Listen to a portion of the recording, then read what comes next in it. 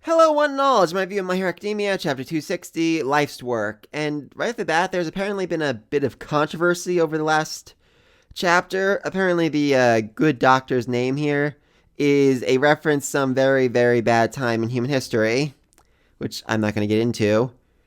And a lot of people were really upset by that. Personally, I think it's fairly fitting considering the horrible, horrible things this man has done. I mean, seriously, he owns orphanages and retirement homes, and I can guarantee you he has done very bad things to people in both those places. So I think it fits, but other people disagree. A lot of protest and anger, and the series has actually been banned in China. Didn't see that coming. So yeah, Horikoshi's had to issue an official apology and said the character's name has been changed. I don't see him ever referred to by name in this chapter, but maybe next time we see him, he'll have a different name. I'm not sure about that. Not sure if that'll change. Not sure if that's going to change its banning in China or not, but we'll see about that. Anyway, so let's get into the chapter. So it starts off with the good doctor being confronted by about a dozen different heroes and cops. And then we find out, to absolutely nobody's surprise, that in fact, this man who has devoted his entire life to researching quirks and worked for a man who had the ability to steal and transfer quirks does in fact have a quirk. Who would have thunk it? Apparently he has a quirk that stops him from aging, because as soon as Aizawa looks at him, he goes from looking about 40 years old to looking about 120 years old. Which reveals something very, very terrifying. The fact that he has the same de-aging quirk as All For One, and the fact that all the Nomu have hyper-regeneration, a super rare quirk, means the doctor has found a method for replicating quirks. Yeah, that's scary. That is really freaking scary. I mean, seriously, just imagine him getting a hold of... Well, All For One would be the most terrifying, but I don't think All For One would actually give him the ability to copy his quirk, but... Imagine him having Endeavor's quirk, or Twice's quirk, or any other of a million quirks we've seen that are just utterly terrible. Oh, imagine Eraserhead quirk. And then being able to replicate that quirk, copy it, and give it to all of his Nomu.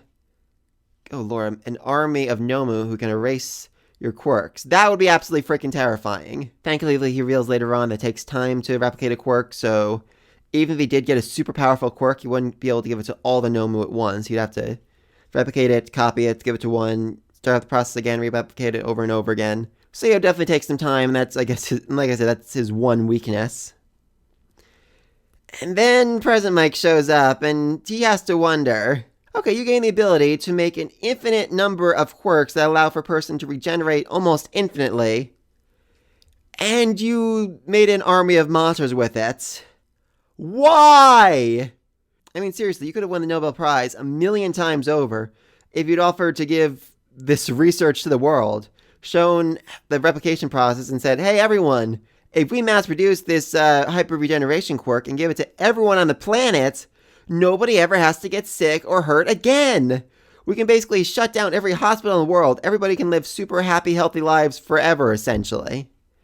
And instead, he decides to make an army of monsters, and President Mike is left asking, why'd you do it, you old piece of trash? Which, good question. And you just gotta love his fellow doctors coming in to defend him, completely unaware of the horrible, horrible things he's done. Stop that. Please don't be so rough with him. What the good doctor even do? What? This isn't right. I mean, seriously.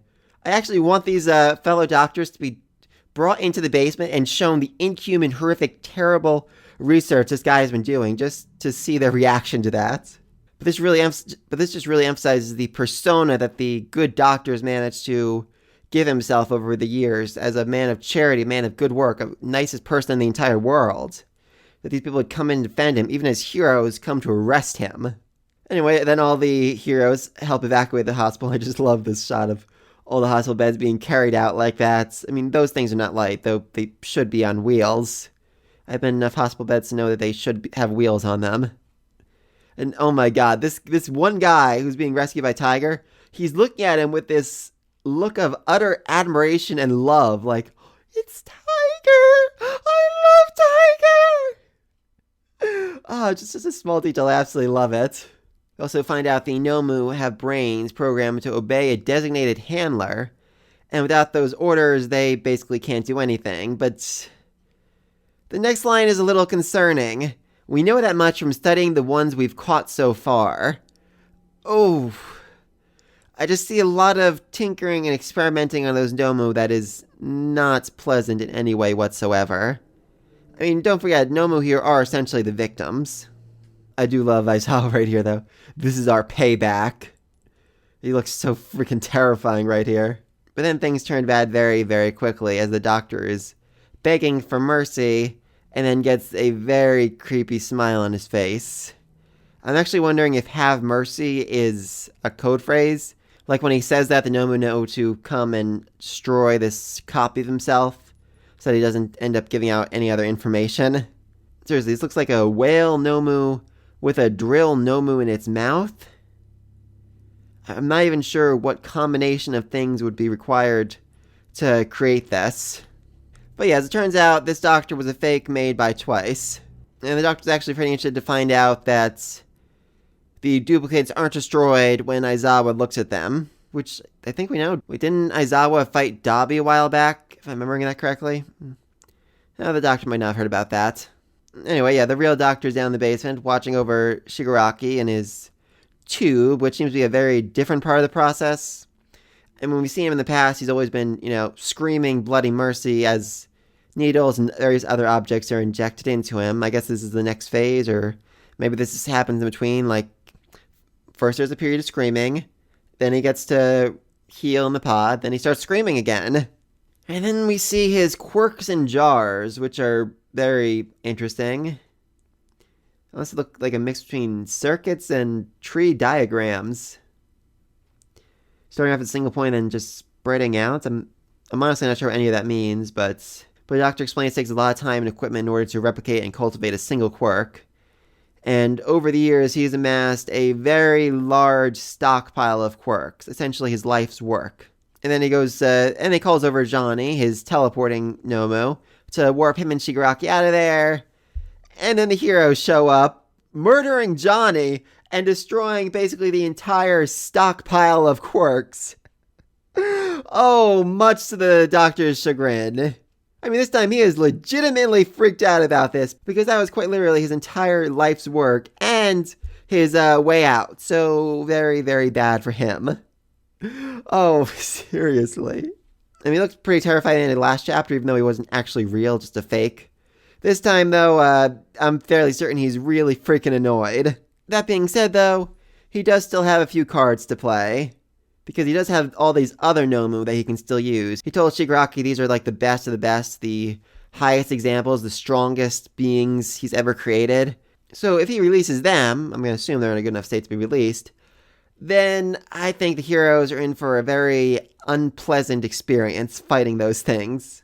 It's also possible he might be able to wake up Shigaraki now before he's fully perfected, but still powerful enough where he can take out these heroes and everything within a 20-mile radius, more or less. But yeah, I'm expecting things are going to take a very nasty turn for the heroes next chapter. Looking forward to seeing that.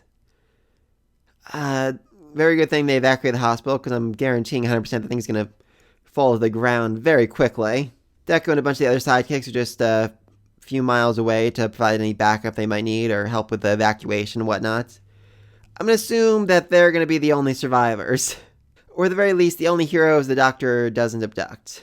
I'm going to assume the same thing at the Liberation Army front, where all the heroes are going to attack the mansion. They're all going to be captured, they're all going to be restrained, whatever, and the sidekicks are going to be the only ones to escape.